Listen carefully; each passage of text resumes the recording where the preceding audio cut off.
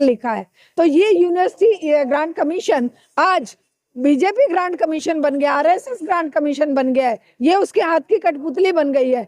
अगर इसके दबाव में, सुप्रीम कोर्ट के दबाव में और इतने सारे अत्याचारों के बाद कोई गाइडलाइन आई भी थी, तो उस गाइडलाइन को उन तथाकथित ऊंची जाति के लोगों के द्वारा ड्रामा करवा के और वापस उस पर बैन लगवा दिया गया सुप्रीम कोर्ट के द्वारा। तो ये यूजीसी की करतूत है। डेथ वारंट तो ऑलरेडी बीजेपी लिख चुकी है भाई।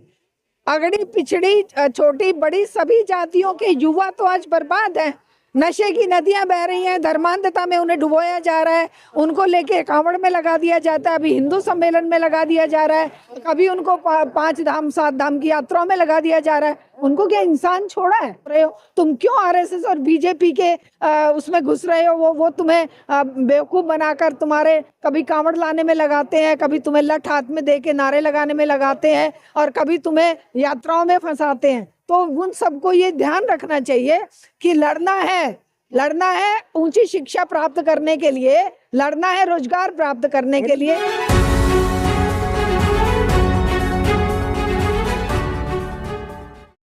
साथियों, इस समय पूरे देश में यूजीसी का मुद्दा बहुत गरमाया हुआ है, और दिल्ली में तो जो यूजीसी का मुद्दा है, दिल्ली में जो वहाँ का यूनिवर्सिटी है, वहाँ पर 1 महीने के लिए प्रतिबंध लगा दिया है कि अब वहाँ पर कोई भी वहाँ न कोई प्रदर्शन कर पाएगा, न कोई अपनी बात रख पाएगा। और यूजीसी के बारे में मैं मैडम है शारदा दीक्षित, इनसे समझूंगा कि मैडम, आज जो यूनिवर्सिटी में लगाया गया कि ब्राह्मणवाद जिंदाबाद, मनुवाद जिंदाबाद, और इरफान हबीब को जो वहाँ पर बात कर रहे थे उनके ऊपर पानी फेंका गया, पत्थर फेंका गया, उसके बारे में इनका क्या सोच है?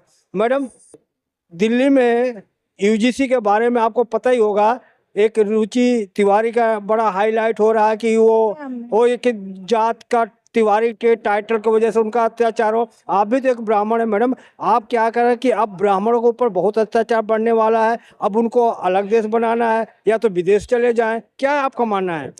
देखिए, ये जो इस तरह की बातें हैं ना, इस तरह के जो मुद्दे उछाले जाते हैं, इस व्यवस्था की आज चारों तरफ थू-थू हो रही है। ये ना लोगों को रोजगार दे पा रहे हैं, ना ये शिक्षा दे पा रहे हैं, ना ये बच्चों को सही दिशा में पढ़ाई के लिए सीटें दे पा रहे हैं। और जो बच्चे बहुत ही मार्जिनलाइज सेक्शन के हैं, जो गरीब तबके के हैं, जो जाति विशेष से संबंध रखते हैं, उन बच्चों में से अगर कुछ बच्चे आगे चले जाते हैं तो सरकारों को भी, और इस तथाकथित जो अपने आप को ऊंची जाति के कहते हैं, हम तो नहीं समझते उनको ऊंचा, हम तो उनको बिल्कुल निम्न कोटि का समझते हैं। कहने को वो तिवारी कहें, दीक्षित कहें, ब्राह्मण कहें, कुछ बनिया कहें, कुछ भी कहें, लेकिन वो इंसान भी कहलाने लायक नहीं है, क्योंकि मानवता जिंदा रही है आज तक, आदि मानव के काल से लेके आज तक, प्यार, प्रेम, भाईचारे और एक साथ एकजुटता के साथ। जितनी तरक्की हुई है, जितनी उन्नति हुई है, वो जातियों में या धर्मों ने नहीं करी है, वो उन्नति एक सामूहिक प्रयास से हुई है। आज जो हमारे पास विज्ञान के चमत्कार हैं, वो क्या किसी जाति विशेष ने पैदा किए हैं? वो क्या किसी धर्म विशेष के हैं? वो पूरे समाज के हैं। जो भी हमारी सुविधाएं हैं, जो भी हमारी प्रगति और उन्नति है, आज अगर इस उन्नति और प्रगति को कोई मुट्ठी में कैद करना चाहता है पैसे के दम पर या जाति के नाम पर, तो उससे घटिया बात, घटिया सोच कोई हो नहीं सकती।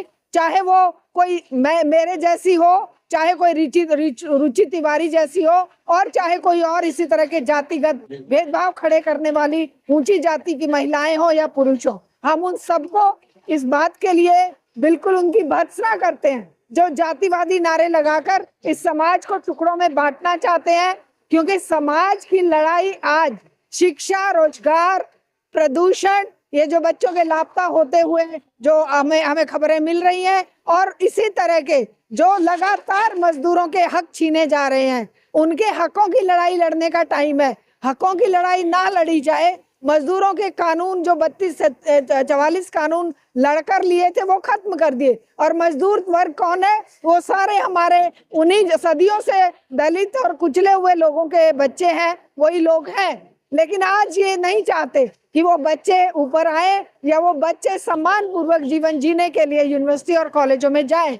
तो इनका ये आघात है। लेकिन ये एक सवाल ले लो मैडम, जिस तरह से नारे लग रहे हैं कि ब्राह्मणवाद जिंदाबाद, मनुवाद जिंदाबाद, इसका मतलब क्या है मैडम? क्या होता है ब्राह्मणवाद और मनुवाद?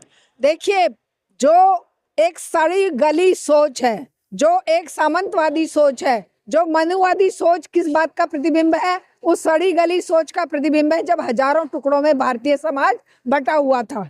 और जब तक समाज बटा हुआ रहा है, भारत जो सोने की चिड़िया कहलाता था, उसी उसी जो दुर्व्यवहार छोटी जातियों के साथ, या हम छोटा बड़ा तो कुछ समझते नहीं, लेकिन अपने ही भाइयों के साथ विश्व में कहीं पर भी नहीं है। एक जैसी शक्ल सूरत वाले लोग, एक जगह रहने वाले, एक जैसे खान पान वाले लोगों के साथ अगर ऊंच नीच का व्यवहार किया जाता है तो ये इस पूरे भारतीय समाज के लिए शर्म की बात है। और ये मनुवाद और ब्राह्मणवाद के नारे जो लगाने वाले लोग हैं, वो उनको हम इंसान भी नहीं समझते। उनको हम समझते हैं कि वो इस पूरे समाज को 5000 साल पीछे ले जाने के लिए और कितना नुकसान करेंगे इस देश का।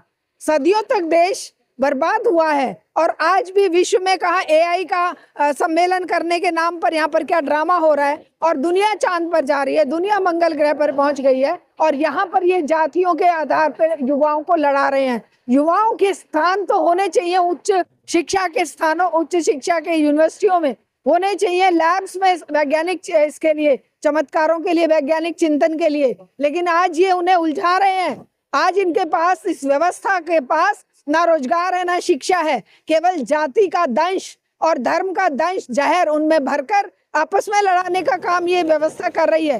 ये लोगों को ना रोजगार दे सकते हैं, ना ये लोगों के लिए रोटी रोजी का इंतजाम कर सकते हैं। क्या यूजीसी जो है, जो गधा है उसको घोड़े बनाने का ये आ रहा प्लान क्या है यूजीसी के? जो देखिए, यूजीसी आज आरएसएस और बीजेपी के हाथ का खिलौना बन गई है।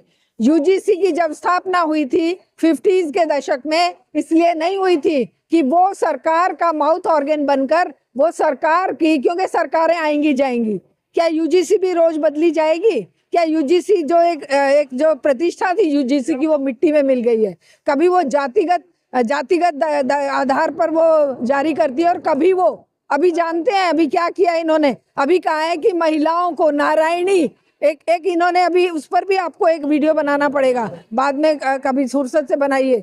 कहा है कि यूनिवर्सिटियों में नारायणी योजना लागू करी जाएगी, जहां लड़कियों को अच्छी बहू कैसे बनाया जाए, अच्छी गृहिणी कैसे बने, इसकी ट्रेनिंग दी जाएगी। और उसके लिए एक ये सम्मेलन कर रहे हैं जिसमें यूनिवर्सिटियों के वाइस चांसलर्स को, महिलाओं को खास करके, और सभी जो फैकल्टीज हैं उनको ज्वाइन करने के लिए कंपलसरी एक लेटर लिखा है। तो ये यूनिवर्सिटी ग्रांट कमीशन आज बीजेपी ग्रांट कमीशन बन गया, आरएसएस ग्रांट कमीशन बन गया है, ये उसके हाथ की कठपुतली बन गई है। अगर इसके दबाव में, सुप्रीम कोर्ट के दबाव में और इतने सारे अत्याचारों के बाद कोई गाइडलाइन आई भी थी, तो उस गाइडलाइन को उन तथाकथित ऊंची जाति के लोगों के द्वारा ड्रामा करवा के और वापस उस पर बैन लगवा दिया गया सुप्रीम कोर्ट के द्वारा। तो ये यूजीसी की करतूत है। यूजीसी ही है जो इस तरह के कानून और इस तरह की, ये यूजीसी आज बची नहीं है। जो यूनिवर्सिटी ग्रांट कमीशन यूनिवर्सिटियों को ग्रांट देने के लिए थी, आज वो विचारधारा विशेष का प्रचार करेगी। यूजीसी कहा जा रहा है कि जो अगड़ी जाति हैं उनके लिए डेथ वारंट है, ये आया है। ये देखिए, अगड़ी जातियों के लिए डेथ वारंट तो ऑलरेडी बीजेपी लिख चुकी है भाई। अगड़ी, पिछड़ी, छोटी बड़ी सभी जातियों के युवा तो आज बर्बाद हैं। नशे की नदियां बह रही हैं, धर्मांधता में उन्हें डुबोया जा रहा है, उनको लेके कांवड़ में लगा दिया जाता है, अभी हिंदू सम्मेलन में लगा दिया जा रहा है, कभी उनको 5 धाम 7 धाम की यात्राओं में लगा दिया जा रहा है। उनको क्या इंसान छोड़ा है? उनको क्या इन्होंने एक सही वैज्ञानिक चिंतन वाला एक प्राणी छोड़ा है? और सबसे ज्यादा शिकार हमारे ये जो हमारे पिछड़े हुए भाई बंधु होते हैं, हमारे, मैं देखती हूँ मुझे बहुत दुख होता है।